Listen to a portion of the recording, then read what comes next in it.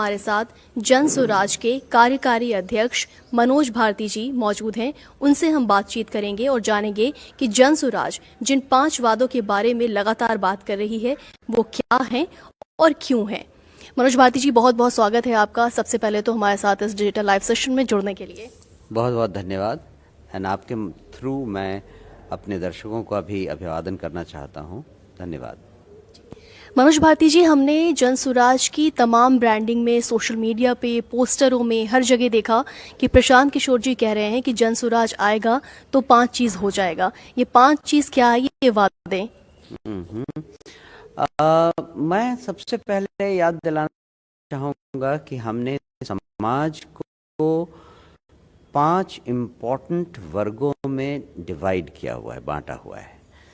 अगर हम शुरू करें बच्चों से, तो 15 साल तक का जो सेक्शन है वो शिक्षा पर आधारित है। ये अच्छी और शिक्षा मुहैया करवाई जाए, ये हमारा पहला प्रण है। और इस लेवल पर चाहे वो गांव के बच्चे हों या शहर के बच्चे हों, पर्टिकुलरली उन बच्चों का जिनके पास गवर्नमेंट स्कूल के अलावा और कोई चारा नहीं है और गवर्नमेंट स्कूल्स की सिचुएशन काफ़ी अच्छी नहीं है, उनके लिए हमने ये वादा किया है कि जिन जिन बच्चों को अच्छी शिक्षा चाहिए उनके लिए जन स्वराज प्राइवेट स्कूलों में भी व्यवस्था करेगी, जिसका खर्चा सरकार उठाएगी। दूसरा, जो 15 साल से बड़े हुए या जो एडल्ट हैं जिनको रोज़गार चाहिए, उनके लिए जो रोज़गार बिहार में नहीं पाते हैं और इसके लिए उनको बिहार के बाहर जाना पड़ता है, उनके लिए जन स्वराज की ये स्कीम है कि जन स्वराज की सरकार बनने के बाद उन सब युवाओं को जो बाहर जाकर नौकरी नहीं करना चाहते हैं 10 या 12 हज़ार रुपए के लिए, उनको यहीं पे बिहार में उनके गांव में या ज़्यादा से ज़्यादा जिले स्तर तक 10 से 12 हज़ार रुपए के रोज़गार की व्यवस्था करवा दी जाएगी। और जब तक ऐसा नहीं हो पाता है तब तक उन्हें एक तरह का भत्ता दिया जाएगा, जिससे कि वो अपना रोज़गार शुरू कर सकें। तीसरा जो एलिमेंट है वो वृद्धों के लिए है। जो वृद्धावस्था में हैं, जो कोई रोज़गार नहीं कर सकते, उनके लिए अभी के हिसाब से सरकार केवल 400 रुपये हर महीने का पेंशन देती है। ये बिल्कुल नाकाफ़ी है और जन स्वराज के प्रण के अनुसार ऐसे सभी वृद्धों को वृद्धावस्था पेंशन हर महीने 2000 रुपये की दी जाएगी। मुझे खुशी है इस बात को कहते हुए कि जन स्वराज ने जब से इस बात को कहा है, तब से बाकी दलों ने भी अपने अपने प्रोग्राम में इसको किसी न किसी रूप में शामिल करना शुरू कर दिया है। चौथा वर्ग जो इम्पोर्टेंट है, जिसको जन स्वराज ने समाज के इम्पोर्टेंट वर्गों में माना है, वो है महिलाओं का। ऐसा पाया जाता है कि गांव में, छोटे कस्बों में महिलाएं घर के काम निपटाने के बाद काफ़ी समय पाती हैं और उनके पास कोई तरीका नहीं होता जिससे कि वो अपने उस समय का फिनंशियली एडवांटेजियसली यूटिलाइज कर सकें। उसका कुछ समय इस तरह से बिताएं जिससे कि वो कुछ पैसे अर्जित कर सकें। हमने देखा है कि भारत में लगभग सारे राज्यों में महिलाएं कुछ न कुछ काम करती हैं। आप तमिलनाडु चले जाइए, गांव-गांव में महिलाएं या तो पपड़म बनाती हैं या रसम पाउडर बनाकर छोटे छोटे पैकेट्स बनाकर बेचती हैं। हरियाणा, पंजाब चले जाइए तो महिलाएं बकरियां पालती हैं, गायों का ये करती हैं, व्यापार करती हैं, दूध का व्यापार करती हैं। बिहार में ऐसा कुछ नहीं है। तो महिलाओं को ऐसे छोटे व्यापार शुरू करने के लिए एक तो स्किल चाहिए और दूसरा छोटी छोटी पूंजी चाहिए। उन महिलाओं को जो अपना रोज़गार शुरू करना चाहती हैं, उनको अगर अभी बैंकों से लोन लेना पड़े तो उनको सालाना 24% पर पर कर्जा दिया जाता है। 24% ब्याज पर कर्जा दिया जाता है। जन सुराज ये वादा करती है कि हमारी सरकार बनने पर महिलाओं को अपना रोजगार शुरू करने के लिए सालाना 4% ब्याज पर ये कर्जा दिया जाएगा। You can imagine what kind of difference it will make from 24% annual to just 4% annual is almost like less than 50 paisa per month of interest. I am sure this will help rural women a lot in starting their own business. और अंतिम वर्ग है किसानों का। ऐसे किसान जो cash crop यानी नगदी फसल उपजाते हैं, उनको मजदूरों की सहायता जन स्वराज की सरकार करवाएगी। नगदी फसल उपजाने वाले सारे किसान जिनको मजदूरों की ज़रूरत है, उनको निःशुल्क मुफ्त मजदूर मुहैया करवाए जाएंगे जन स्वराज की सरकार के द्वारा। तो आप देख सकते हैं कि इन 5 विभिन्न वर्गों में हमारी अलग अलग पॉलिसी हैं और इसकी खासियत ये है कि हमें बिहार के विभिन्न जिलों के लिए अलग अलग पॉलिसी बनाने की ज़रूरत नहीं है।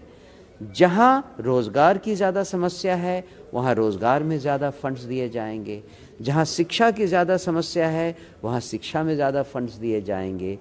तो ये सारे के सारे चूँकि समाज के विभिन्न वर्गों से लिए हुए हैं, इसीलिए हम अपने प्लान को डिस्ट्रिक्ट वाइज या पंचायत वाइज इनको ट्वीक कर सकते हैं। मनोज भारती जी, आपने कहा जो 5 वादे हैं उनमें से एक युवाओं के लिए रोजगार का भी वादा है। तो युवाओं के पलायन की जो समस्या है वो बिहार में बहुत सारी समस्याओं में से एक बहुत बड़ी समस्या है जिससे सभी वर्ग प्रभावित है। जिससे आप पुरुष वर्ग की बात करें या फिर महिलाओं की बात करें, महिला वर्ग भी इससे बहुत ज़्यादा प्रभावित है। तो उस रोज़गार को ठीक करने के लिए, जो आप रोज़गार की बात कर रहे थे कि यहीं पर रोज़गार दिया जाएगा, उस पलायन को रोकने के लिए जन स्वराज कैसे उसको नियंत्रित करेगी? क्योंकि ये बहुत बड़ी तादाद, बहुत बड़ी संख्या में है।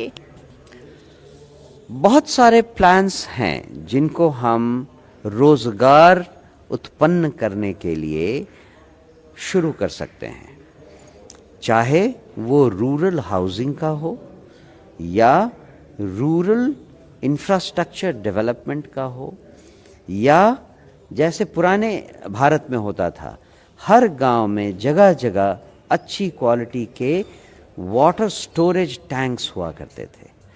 इन सब में काम हुआ, स्पेशली टैंक क्रिएशन में लेकिन कहीं ना कहीं वो बीच में ही या तो रोक दिया गया या इनएफिशिएंटली बनाया गया। तो ये तो मैं रूरल एरिया में कह रहा हूँ। उसी तरह से सेमी अर्बन या अर्बन एरियाज़ में भी बहुत सारे ऐसे काम किए जा सकते हैं और हमारी प्लानिंग में है। हमारे डिटेल जो विजन डॉक्यूमेंट निकलने वाला है उसमें ये सारी चीज़ें मेंशन्ड होंगी कि हम किन किन सेक्टर्स में इंडस्ट्रियलाइजेशन को महत्व दे रहे हैं, small scale and medium scale industries कहाँ कहाँ शुरू हो रहे हैं, और उन सब में युवाओं को कैसे रोज़गार मिल सकता है, चाहे वो अनस्किल्ड रोज़गार हो या सेमी स्किल्ड रोज़गार हो या स्किल्ड रोज़गार हो। इसके साथ साथ जो इंडस्ट्री बिहार से निकल गई थी, या आज भी लोग जब इंडस्ट्री के नाम पर यहाँ किसी सेमिनार में आते हैं और बिहार की हिस्ट्री को देखकर यहाँ इन्वेस्ट नहीं करना चाहते हैं, उन सब को ये विश्वास दिलाया जाएगा कि जन स्वराज सरकार के अंदर बिहार बदल चुका है और उन्हें केवल हर इन्वेस्टर को थोड़ा भरोसा दिलाने की ज़रूरत है कि सरकार उनके साथ है और उनकी जो रिक्वायरमेंट्स है उनको पूरी करने के लिए सरकार प्रतिबद्ध है। बहुत छोटी छोटी चीज़ें चाहिए, बहुत छोटे छोटे बदलाव चाहिए प्रशासन की सोच में, मंत्रियों की सोच में, जो अफसर हैं जो ग्राउंड पर काम करते हैं, इंडस्ट्री को जिनको संभाल कर खड़ा करना है, उन सब की सोच में थोड़े थोड़े बदलाव की ज़रूरत है। आप देखेंगे कि बिहार में इंडस्ट्रियलाइजेशन लाना इतना मुश्किल नहीं है। ये तो पिछले 40 सालों में सरकारों की गलत नीतियों और गलत एटीट्यूड का नतीजा है कि जो इंडस्ट्री यहाँ थी वो भी यहाँ से चली गई है, नहीं की तो बात ही छोड़िए। किसी भी सोसाइटी की हम बात करें तो वो ग्रो करती है तीन तरीके से, तीन धाराओं से हम कहें तो, कि अग्रेरिया, ट्रांजिशिया और इंडस्ट्रिया। तो अगर हम लालू जी के एरा को माने कि अगर वो अग्रेरिया में था और नीतीश कुमार का ट्रांजिशिया में, तो अब हमारी जो सोसाइटी है पिछले 30-40 सालों से, 30 सालों से बेसिकली हम कहें कि ट्रांजिशिया में आके खड़ी है, बिल्कुल तैयार है इंडस्ट्रिया की तरफ मुड़ जाने के लिए। लेकिन कोई ऐसा साइंटिफिक टेम्पर का नेता यहाँ पर बिहार में नज़र आता है, उतनी स्ट्रॉन्ग लीडरशिप का, जो उस ट्रांजिशिया में खड़ी सोसाइटी को इंडस्ट्रिया की तरफ शिफ्ट करा सके। जन स्वराज में जिस तरह के लीडर्स हम एक्सपेक्ट कर रहे हैं जी, उनकी कुछ झलक तो आप ऑलरेडी देख चुके हैं। प्रशांत किशोर जी खुद ही इतने वाइड एक्सपीरियंस के स्वामी हैं कि उनको बहुत और सपोर्ट की ज़रूरत कम से कम नेताओं से तो नहीं है। हर विषय पर internationally and nationally renowned experts से हमने सलाह ली हुई है और जिस साइंटिफिक टेम्पर की बात आप करती हैं उनका इफ़ेक्ट ऑलरेडी हमारी विभिन्न नीतियों में दिखाई देने लगा है। चाहे वो इलेक्शन प्रोसेस का हो, चाहे हमारी जो शिक्षा के प्रति हमारा रवैया है या एटीट्यूड है, या रोज़गार जनरेशन के बारे में एटीट्यूड है, या इंडस्ट्रियलाइजेशन के बारे में एटीट्यूड है, या फिर नदियों को बांधकर उनको लैंड ऑफ सॉरो से हटाकर लैंड ऑफ फ्रेंडशिप बना दें बिहार को, इसका तरीका है। इन सब में आप देखेंगी कि साइंटिफिक टेम्पर की प्रचुर मात्रा में अवेलेबिलिटी है। और जिस ट्रांजिशिया के बारे में आपने कहा, मेरे ख्याल से उस ट्रांजिशिया में कुछ एलिमेंट्स अभी भी बाकी हैं। जो कंडीशन आज हम अपने रूरल एरिया में सबसे निचले तबके के लोगों को देखते हैं, जिन्होंने पिछले 4 जनरेशन से अच्छी ज़िंदगी नहीं देखी है, अभी भी अग्रेरिया में ही हैं। और मेरे ख्याल से तो ऐसा कम से कम 60 से 70% हमारी आबादी, बिहार की आबादी अभी भी एग्रेरिया में ही है। कुछ लोगों के पास तो जब हम एग्रेरिया कहते हैं तो मतलब वो एग्रीकल्चर पे डिपेंडेंट हैं, लेकिन हमारे यहाँ तो 60 से 70% लोगों के पास इतनी ज़मीन भी नहीं है जहाँ पे वो एग्रीकल्चर को अपना सोर्स बना सकें। तो मुझे लगता है कि अभी हमें बहुत काम करने की ज़रूरत है।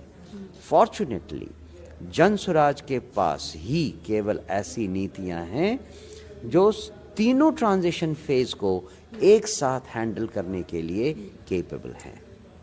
नीतियाँ बनाने के लिए तो मनोज भारती जी और भी सरकारें हैं, सरकार के पास तमाम लोग भी हैं, लेकिन जन स्वराज में उनकी नीतियों में और उनके इम्प्लीमेंटेशन में बाकी पार्टियों से, जो एग्जिस्टिंग पॉलिटिकल पार्टीज हैं, उनमें क्या फ़र्क होगा? इम्प्लीमेंटेशन की सबसे बड़ी प्रॉब्लम करप्शन को लेकर होती है और मेरा पक्का भरोसा है कि करप्शन या भ्रष्टाचार की शुरुआत चुनाव से होती है। मुझे लगता है कि अगर किसी चुनाव में किसी उम्मीदवार को 7 करोड़ 10 करोड़ रुपयों की ज़रूरत है और वो लगाता है और जो उनमें जीतता है, विधायक बनता है, उनमें से कुछ मंत्री बनते हैं, उनका पहला ध्यान क्या होता है कैसे वो 7 या 10 करोड़ रुपए वापस लिए जाएं। हो सकता है उस विधायक ने 1-2 इलेक्शन पहले भी लड़े हों उसमें और हारा हो, तो उसमें भी उसने 5-7 करोड़ खर्च किए हैं। इन सारे लॉसेस को पूरा करना हमारे हरेक जीते हुए विधायक और उनमें से कुछ मंत्री जो बनते हैं उन सब का प्राइमरी लक्ष्य होता है। ये पैसे उन्हें कहाँ से मिलेंगे? जो उनके नीचे काम करने वाले ठेकेदार हैं, जो सीनियर ऑफिसर्स हैं, उनके थ्रू वो पैसे कमाना चाहते हैं। ये है, ये होता है, ये हमने हर लेवल पे देखा है। सीनियर ऑफिसर अपने जूनियर ऑफिसर से डिमांड करते हैं, जूनियर ऑफिसर अपने जूनियर ऑफिसर से डिमांड करते हैं। रिजल्ट ये होता है कि हम आप कोई भी आम आदमी किसी सरकारी दफ्तर में अपना कोई काम बिना पैसे के नहीं करवा सकते हैं। कोई किसान या कोई आदमी दाखिल खारिज करने अपनी ज़मीन की जाए किसी दफ्तर में, एक कदम वो आगे नहीं बढ़ा सकता जब तक वो पैसे नहीं देता है। किसी थाने में चले जाइए, आपकी बात सुनी नहीं जाएगी, रपट नहीं लिखाई जाएगी जब तक आप पैसे नहीं देंगे। ये सब के तार ऊपर से जुड़े हैं, जिसकी शुरुआत चुनाव से हुई है। इसीलिए जनसुराज ने वादा किया है कि अगर हमें काबिल उम्मीदवार मिलते हैं तो उन्हें अपने हैसियत के हिसाब से चुनाव में पैसे खर्च करने की ज़रूरत है। उसके अलावा जो भी पैसों की ज़रूरत है वो जनसुराज पार्टी उनको चुनाव लड़ाने में मदद करेगी। आशा यही है कि जब हमारे उम्मीदवार चुनकर विधायक बने या उनमें से कुछ मंत्री बने हमारी सरकार में, तो उनके मन में, उनके दिमाग में पहली बात ये नहीं हो कि हमें पैसे कलेक्ट करने हैं, हमें जो हमें लॉस हुआ है उन पैसों को वापस लाना है। हमारी आशा है कि हमारे उम्मीदवार भ्रष्ट नहीं होंगे, हमारे विधायक दिमाग से भ्रष्ट नहीं होंगे।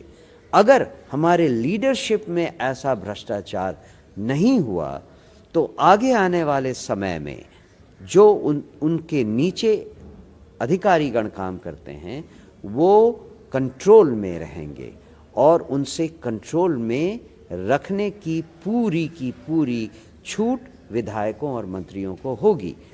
आशा यही है कि बहुत जल्दी इसका डाउनवर्ड इफेक्ट परकुलेट करेगा और within the first year of Jan Suraaj governance you will find that corruption will come down drastically from the society governance in Bihar.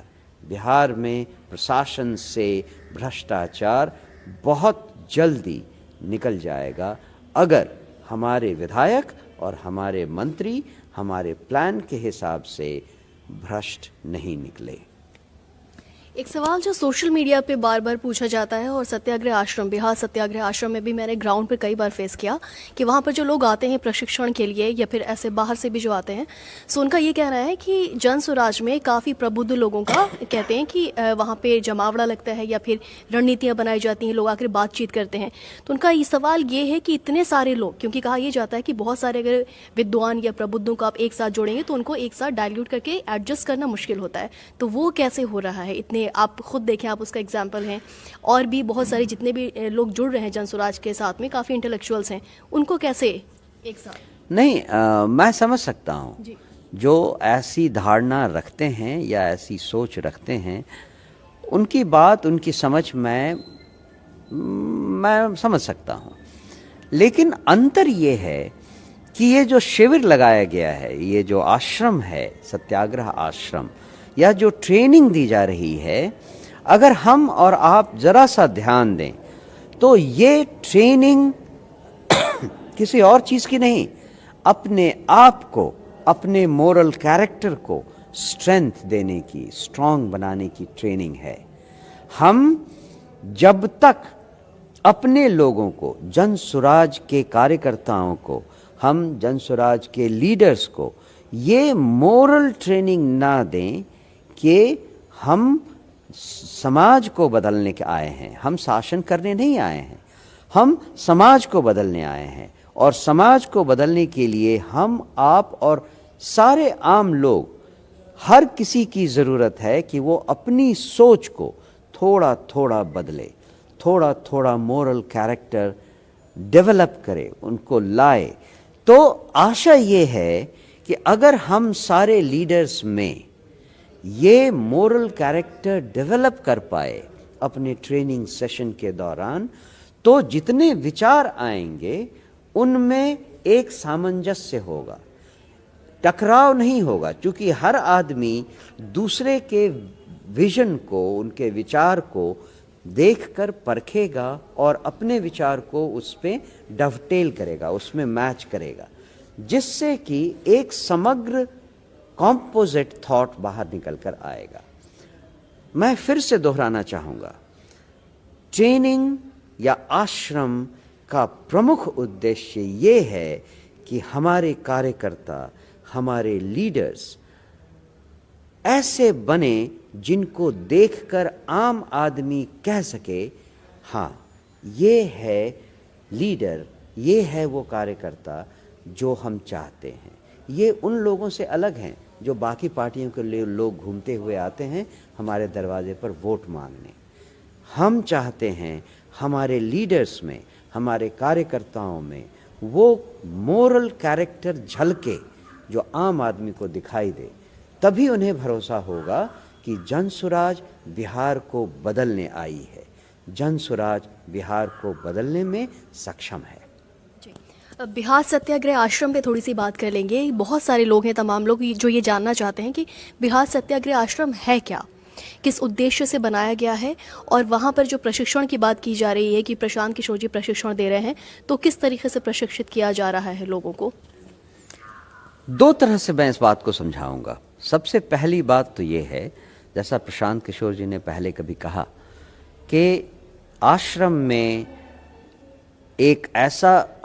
को एक ऐसा सेंटर बनाया जा रहा है जहां पर बिहार में जितने तरह के लोग जिनके पास सरकार और प्रशासन के खिलाफ कोई शिकायत है, उन सब का एक हब बनाया जाएगा।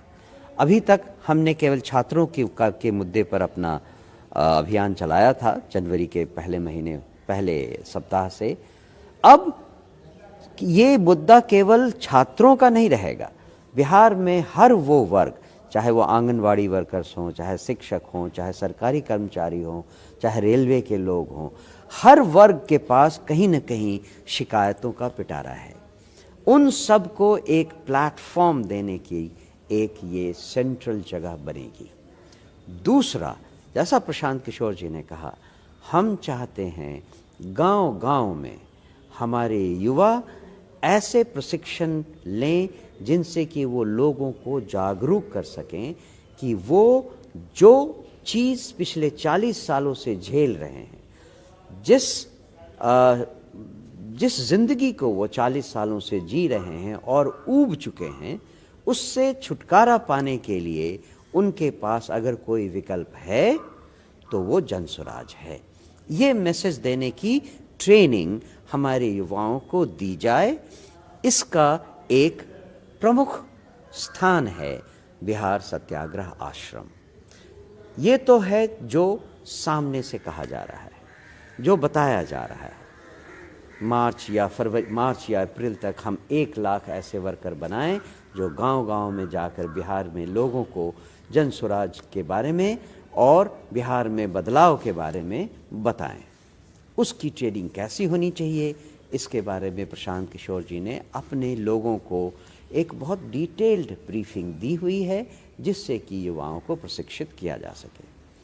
लेकिन जो बात हिडन है वो यही है कि हम जानते हैं कि बिहार में बदलाव केवल प्रशासन के बदलाव से नहीं आ सकता।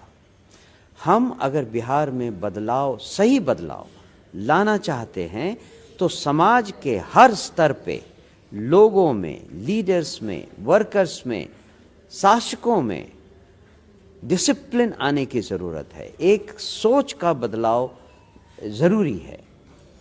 तो हम चाहते हैं कि इन कार्यक्रमों से धीरे धीरे लोग समझने लगें कि अगर हमें बिहार को बदलना है तो जब तक हम खुद नहीं बदलेंगे तब तक हम दूसरों को कैसे बदल सकते हैं। हमें खुद को मोरली करेक्ट बनाना है, तभी हम दूसरों को मोरली करेक्ट होने के लिए कुछ भी कह सकते हैं। ज़रूरत इस बात की है कि लोगों में ये महसूस हो, और इस महसूस करने की जो ट्रेनिंग है उसके लिए ये बिहार सत्याग्रह आश्रम का ग्राउंड है। मुझे तो लगता है आगे आने वाले समय में लोगों को धीरे धीरे समझ में आ जाएगा, दोनों को, जो लोग ट्रेंड हो रहे हैं और जो लोग यहाँ की कार्यवाही देख रहे हैं, दोनों को समझ में आएगा कि बिहार में बदलाव हम और आप दोनों के विचारों में बदलाव लाने से ही आएगा। हम और आप सबको थोड़ा थोड़ा मोरली बदलना पड़ेगा, थोड़ा थोड़ा मोरली अपराइट होना पड़ेगा। ये सामाजिक नज़रिए से बात हो गई मनोज भारती जी। अगर हम राजनीतिक नज़रिए से देखें तो क्या बिहार सत्याग्रह प्रशांत किशोर की राजनीतिक कह लें कि तरकश का एक और तीर है? क्योंकि पहले हमने देखी पदयात्रा, फिर आमरण अनशन और अब बिहार सत्याग्रह आश्रम। नहीं, ये कोई अलग अलग तीर नहीं था, ये एक लंबे प्रोसेस के डिफरेंट स्टेप्स हैं। बिहार में बदलाव लाना है, सरकार नहीं बनाना है, और इसीलिए ये कोई राजनीतिक प्रश्न नहीं है, ये एक सामाजिक प्रश्न है। बिहार में बदलाव लाना, उसके लिए सबसे पहले लोगों को ये जानने की ज़रूरत है कि बिहार को बदलाव की ज़रूरत है। 40 साल में जिस तरह की ज़िंदगियां लोग जी चुके हैं, उनको लगता है कि बिहार में बदलाव की ज़रूरत ही नहीं है। मैंने खुद बड़े बड़े लीडर से, डिफरेंट पार्टी के लीडर से जब कभी ऐसी बातें की, हर आदमी बिना झिझक कहता है बिहार में कुछ नहीं हो सकता। मतलब हर आदमी ने, लीडरशिप ने, पॉलिटिकल पार्टीज ने मान लिया है कि बिहार में बदलाव संभव ही नहीं है। इस मानसिकता को बदलना हमारी पहली लड़ाई थी, जिसके लिए पदयात्रा की शुरुआत हुई। उसके बाद अगर आप ध्यान दें तो हमने उपचुनाव में पहले पार्टी बनाई, जो कि नेक्स्ट स्टेप था, जिससे कि अगर हमें बिहार में नीतियों को बदलना है तो हमें शासन में आने की ज़रूरत है। शासन में आने के लिए राजनीतिक रंग लेना है। एक राजनीतिक पार्टी बनी, राजनीतिक पार्टी बनी तो हमने अपने आप को टेस्ट करने के लिए उपचुनाव में हिस्सा लिया, और वो बहुत ही कारगर साबित हुआ। हमने उन 4 उपचुनाव में ये सीख लिया कि हम अपनी बातें तो लोगों तक पहुंचा चुके हैं, लेकिन उन बातों को वोट्स में कैसे कन्वर्ट किया जाए, ये सीखना अभी हमें बाकी है। और ये शिक्षा हमारे बहुत काम आएगी आगे आने वाले चुनाव में, जिसमें कि हम 243 सीटों में चुनाव लड़ेंगे। मुख्य मुद्दा ये है कि हमने ये जो स्टेप्स लिए हैं, ये एक के बाद एक स्टेप आगे बढ़ने के हैं। ये ऐसा नहीं है कि तरकश से पहले एक तीर निकाला, उसने काम नहीं किया तो दूसरा तीर निकाला, वो काम नहीं किया तो तीसरा तीर निकाला, ये नहीं है। सही बात तो ये है कि हम स्टेप बाय स्टेप आगे बढ़ रहे हैं। अपने लक्ष्य को पूरी तरह ध्यान में रखते हुए हम स्टेप बाय स्टेप आगे बढ़ रहे हैं। मैंने आपको 3 स्टेप बताया, उसके आगे था छात्र आंदोलन में हिस्सा लेना, क्योंकि हमें ये भी जानना था कि हम अगर किसी एक मुद्दे को लेकर राजनीतिक लड़ाई लड़ें तो क्या सरकार तैयार है, सरकार समझने के लिए भी तैयार है। हमने पाया कि यहाँ गणतंत्र तो है ही नहीं, यहाँ जो सरकार है वो लाठी तंत्र में विश्वास करती है। लोगों को भी ये समझने में आसानी हुई कि अभी जो सरकार उन्हें रूल कर रही है पिछले 20 सालों से, उन्होंने जनता से जनतंत्र छीन लिया है। उन्होंने जनतंत्र के बदले जनता को लाठी तंत्र दिया है।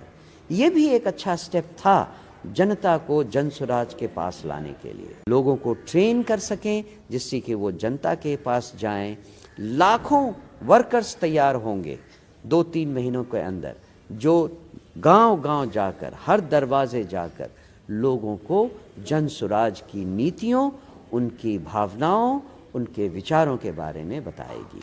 तो आप देख सकते हैं, this is not a sequential failure. This is a sequential victory towards the final goal. And मुझे विश्वास है बिहार की प्रबुद्ध जनता इस बात को समझेगी। जी, प्रशांत किशोर जी शुरू से कहते हुए दिखते आए हैं कि जब वोट करने जाएं तो अपने बच्चों का चेहरा देखकर वोट करें, वोट अपने बच्चों का भविष्य देखकर वोट करें। इसके क्या मायने हैं? 40 साल का पीरियड अगर लें, एक्चुअली कहना तो चाहिए 1990 से 45 साल हो गए अब, 35 इयर्स हो गए अब। उस समय से बिहार की जनता की स्थिति, 70% लोग बिहार में जो गांव में चीथड़ों में रहते हैं, उनकी स्थिति बिल्कुल नहीं बदली है। इन 35-40 सालों में बिहार में युवाओं की स्थिति बद से बदतर होती चली गई है। 1980 में जब मैं IIT कानपुर गया था इंजीनियरिंग की पढ़ाई के लिए, तो वहाँ भी बिहारियों को बिहारी बिहारी कह के अपमानित करते थे।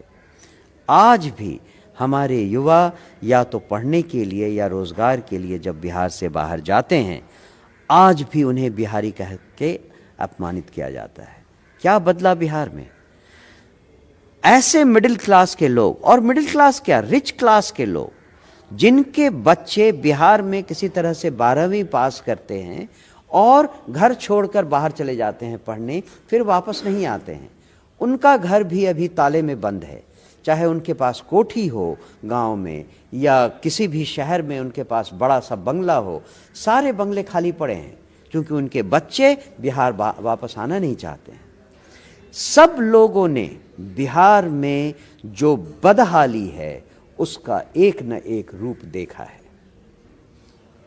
जब हम कहते हैं लोगों से कि अगली बार जब आप वोट करने जाओ तो आप अपने बच्चों का चेहरा याद करो, कहने का मतलब आपने 40 सालों में कोई बदलाव नहीं देखा, आपके माता पिता ने अपनी जिंदगी में कोई बदलाव नहीं देखा। अगर आप अपनी बच्चों की आने वाली जिंदगी में बदलाव देखना चाहते हैं तो आपके पास एक नया विकल्प है जिसे आप वोट करें। इसीलिए कहा जाता है जिस समय आप वोट डालने की मशीन के सामने खड़े हों और वोट दबाने वाले हों, वोट देने वाले हों, बटन दबाने वाले हों, तो सबसे पहले ये याद रखें कि आगे आने वाले समय में क्या आप अपने बच्चे को वही भविष्य देना चाहते हैं जो आपका आज का वर्तमान है या आपके माता पिता का भूतकाल है, उनकी ज़िंदगी का हिस्सा है। अगर नहीं तो आप जन सुराज को वोट दें, तभी आप बिहार में बदलाव देख सकते हैं, अपने बच्चों के भविष्य को अंधकारमय होने से बचा सकते हैं। एज अ पॉलिटिकल पार्टी आप जन स्वराज की ग्रोथ को किस तरीके से देखते हैं? क्योंकि रजिस्टर्ड पार्टी आप कई स्टेट में देखेंगे कि कई सारी होती हैं, लेकिन पिछले 2 साल में जिस तेज़ी के साथ में जन स्वराज ने बिहार की राजनीति में अपनी जगह बना ली है, पार्टी बनने से पहले 1 करोड़ लोग इसके सदस्य बन गए, पार्टी बनने से पहले एक MLC बन गए, बिना लड़े ही प्रशांत किशोर ने जीत दिलाई, और इस तरीके से बहुत दमखम के साथ उन्होंने बिहार की राजनीति में हम देख रहे हैं कि तेज़ी से अपनी पैठ और अपनी जगह बनानी शुरू कर दी है। इसी ग्रोथ को आप कैसे देखते हैं और इसका असर 2025 में कैसे देखते हैं? जन स्वराज की राजनीति, जैसा शब्द कहता है, जनता की राजनीति है, जन स्वराज। तो हम राजनीति इसलिए नहीं करते हैं कि हमें X नंबर ऑफ विधायक चाहिए जो कि किंग मेकर्स बन सकें। हम ऐसे राजनीति नहीं करते हैं। इसीलिए हमने बार बार कहा है कि हम या तो इस पार या उस पार, या हम सरकार बनाएंगे या फिर राजनीति में कहीं नहीं रहेंगे।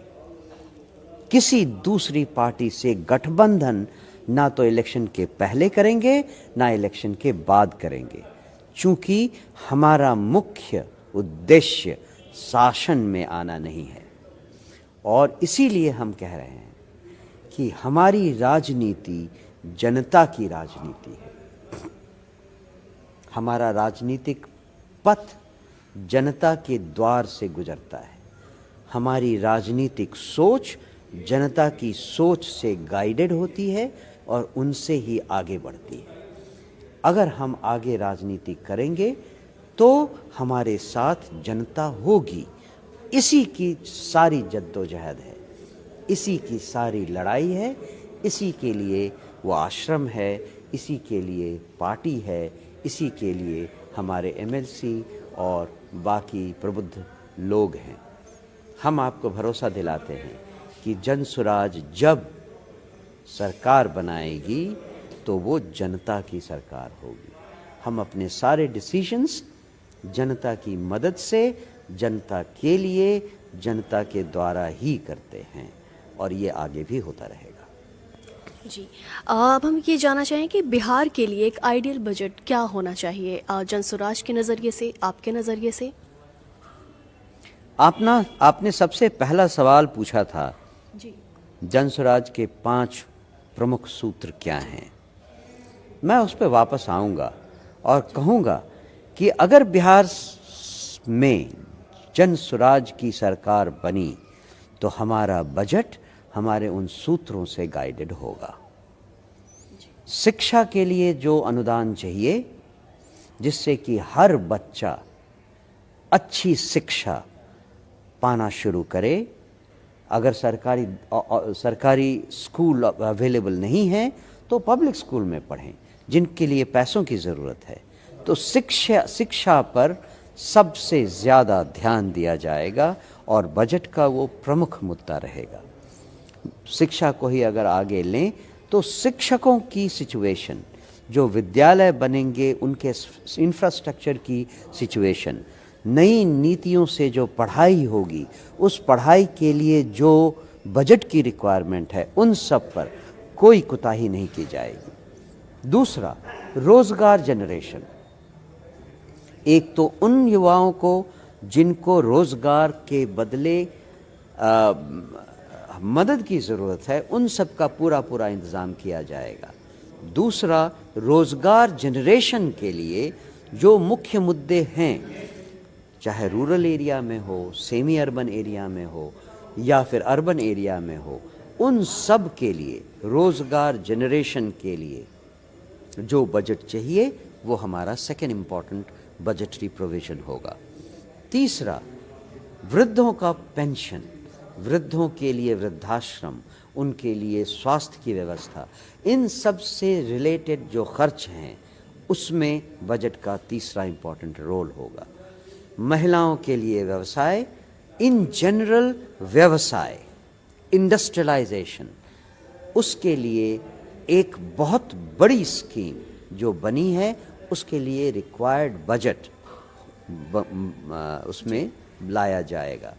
और इंडस्ट्रियलाइजेशन के लिए ज़रूरी है कि हम इंडस्ट्री को बिहार तक लाएं, इंडस्ट्रियलिस्ट को बिहार तक लाएं, तरह तरह के ट्रेड फेयर्स करें, तरह तरह के सेमिनार्स करें, तरह तरह के विजिट्स करें।